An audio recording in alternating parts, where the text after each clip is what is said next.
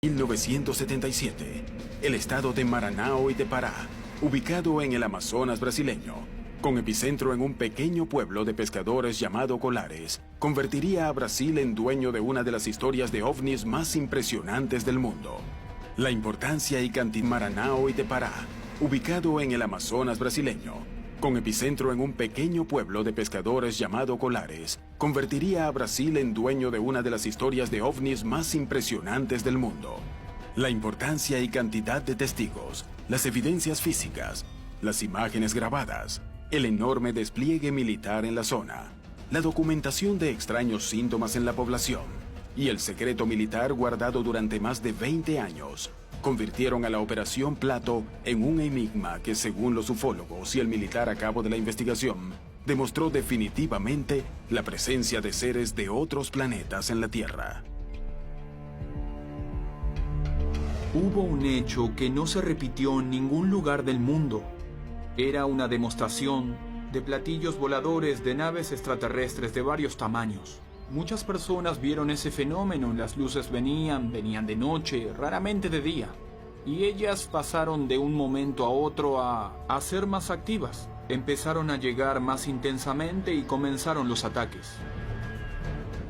Al principio eran 2 o 3 personas por semana, después ya eran 15, 20, después ya eran decenas. Comenzó a haber un verdadero pánico. La gente comenzó a informar, por ejemplo, que esos objetos se aproximaban a las personas, principalmente de noche.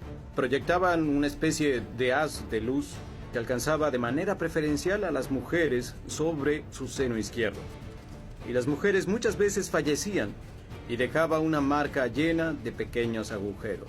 El fenómeno chupa-chupa recibió ese nombre porque las luces parecían atacar y chupar la sangre de las víctimas.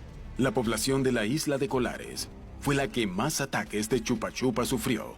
Una gran cantidad de testigos se transformaron en víctimas. Y yo quedé así, acostada en la cama también. No tenía voluntad. Yo pasé unas 10 horas sin poder levantarme. Quedé débil dentro del cuarto. Aquí estaba todo rojo. Quedé casi 2 meses. Aquí quedó todo morado en mi brazo. Tengo estas 2 marcas aquí. Ahora tengo estas 2 marcas aquí en mi brazo. Cuando yo presentí aquella sensación parecida a cuando uno se topa con la electricidad y da ese choque que me dio 3 golpes de este lado. ¿Entiende? 3 veces con la misma fuerza. Ahí yo hice un movimiento para querer gritar. Intenté moverme y gritar. Traté de moverme así, para ver si podía lograr gritar. Y después de eso no recuerdo más nada. Los testimonios como los de Carmen y Newton se multiplicaban. Sorprendentemente, todos los testigos coincidían en hacer un mismo relato, aún las personas que se encontraban en pueblos muy distantes.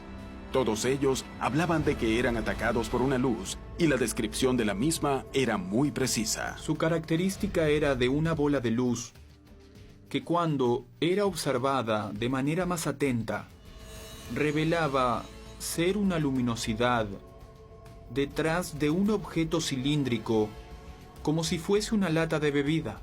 Los casos eran realmente aterradores. Miles de personas eran atacadas, por lo menos 1000 personas atacadas vivieron esa situación, documentado por la médica que atendió a las víctimas, que era la doctora Belaide. Los testimonios de ataques se sucedían cada vez más, y la doctora de la región, Cecim Carvalho Welaide, recibió a muchos de los pacientes y terminó siendo una pieza clave para comprender qué estaba ocurriendo. Una mañana, ella llegó a trabajar sin saber que su vida estaba a punto de cambiar para siempre. Al llegar al hospital, que yo era médica y directora al mismo tiempo, había una familia llorando y diciendo que tenía un paciente que había sido atacado por algo. Y yo fui a examinarla. Cuando llegué, ella estaba quemada, totalmente quemada. 2 orificios paralelos, inconsciente, sin fuerza, ¿no? Sin fuerza muscular, no se sostenía en pie, no hablaba. Y la familia repetía la misma historia. Pensé que era tal vez un ataque histérico. No le di mucha importancia. Al día siguiente llegaron 2 casos idénticos. de localidades muy distantes, como 10 kilómetros de distancia. Ellos siempre describían las mismas cosas. En el parque, en las afueras de la casa, en la vegetación, oyeron el ruido zzzz, parecido a un escarabajo.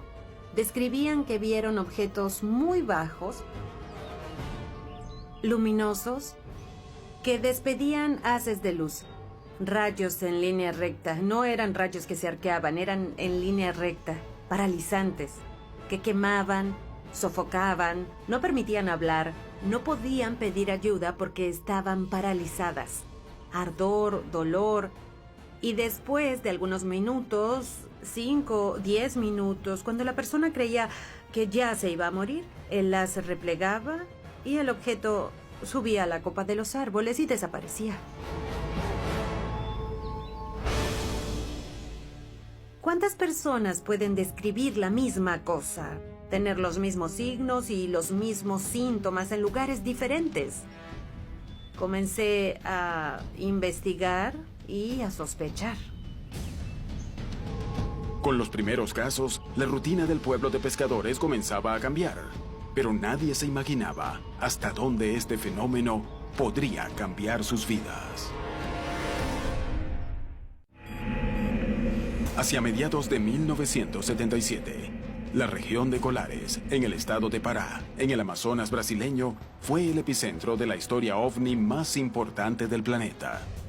Miles de testigos, ubicados en regiones a varios kilómetros de distancia, que no se conocían entre sí, ni tenían acceso a medios de comunicación, denunciaban la presencia de una serie de luces que se presentaban por las noches y los atacaban, dejándoles lesiones graves en la piel. La doctora Cecim Carvalho Welaide era la médico a cargo del único hospital de la zona y se convertiría en una de las piezas claves para comprender qué se ocultaba detrás de estos inquietantes incidentes. Los ataques eran cada vez más seguidos y los pobladores comenzaron a asustarse. La población de Colares en aquella época estaba en torno a los 8.000 habitantes. La isla en su conjunto, porque tiene varias localidades y dentro de la ciudad tenía alrededor de 4.000 habitantes. De esos 4.000 habitantes, 2.000 huyeron a la ciudad, aterrorizados por las luces. La ciudad se vació, la gente se fue toda. Nadie quería pescar más. Ahí nosotros comenzamos a pasar hambre. Entonces yo comencé a pescar mi comida. Se llegó a un punto realmente de gravedad, sin lugar a dudas, lo que terminó provocando que el alcalde del municipio enviara la primera carta al Comando Aéreo Regional, o sea, la Fuerza Aérea, en Belén, pidiendo medidas de las autoridades aéreas, ya que se trataba de un fenómeno que acontecía en el cielo. Esta solicitud se convirtió en el puntapié inicial para el despliegue militar más grande que se conozca públicamente en torno al fenómeno ovni. Y las medidas fueron adoptadas a partir de la voluntad del brigadier Protásio López de Oliveira, que acabó creando la llamada Operación Plato. Y él tuvo la idea de establecer una investigación de este fenómeno. Y así él llamó a su comandado, Wiranch de Holanda, que era capitán de la Administración de la Aeronáutica, destinado al primer Comando Aéreo Regional en Belém para conducir esa operación. Los soldados a cargo del capitán Holanda llegaron a la isla para intentar determinar qué estaba ocurriendo. Entonces ellos pusieron radar, telescopios y todo aquel equipamiento que hacía falta. Fueron pasando los meses, agosto, septiembre, octubre, y aumentando, y llegando más militares y más militares. Los militares realizaron croquis de los objetos que lograban ver y que describía la población, revelando que algo realmente inusual estaba ocurriendo. En una entrevista que dio 20 años después de finalizada la Operación Plato, Holanda hizo revelaciones asombrosas sobre las luces que habían visto. Después la gente llegó a verificar por lo menos 9 formas. La gente consiguió determinar, clasificar como formas de naves. Algunos eran sondas. En algunas fotografías aparecía una nave mayor y de ella saliendo naves menores, Después las naves menores volvían a esa nave mayor.